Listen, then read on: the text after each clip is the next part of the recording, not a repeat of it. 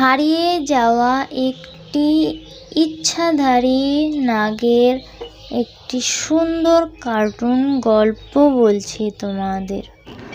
পাখিরা যে যার বাসায় ফিরতে লাগলো এবং ইচ্ছাধারী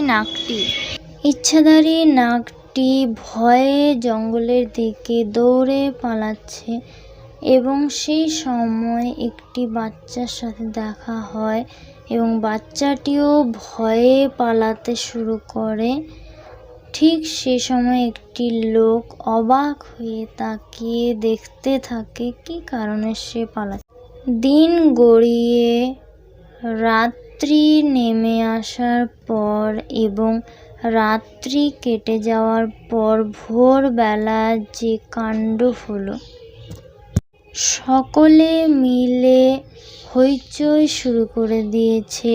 গ্রাম থেকে গ্রামান্তরে এমনকি শহরে পর্যন্ত ইচ্ছাধারী নাগটিকে নিয়ে শহরে পর্যন্ত চর্চা শুরু করতে থাকে লোকজনেরা।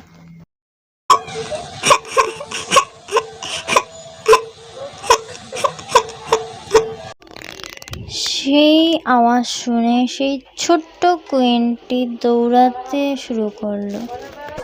কি হয়েছে বন্ধু, তুমি কান্না করছো কেন? কি করবো বলো, আমি রাস্তা হারিয়ে ফেলেছি। আমি বাড়ি ফিরবো কেমন করে? আমি খুব দুশ্চিন্তায় পড়ে গেলাম, জানো তো। ও এই ব্যাপার, ঠিক আছে, আমি তোমাকে পৌঁছে দেবো তোমার বাড়ি।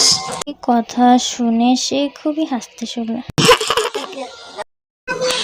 অনেক ধন্যবাদ বন্ধু।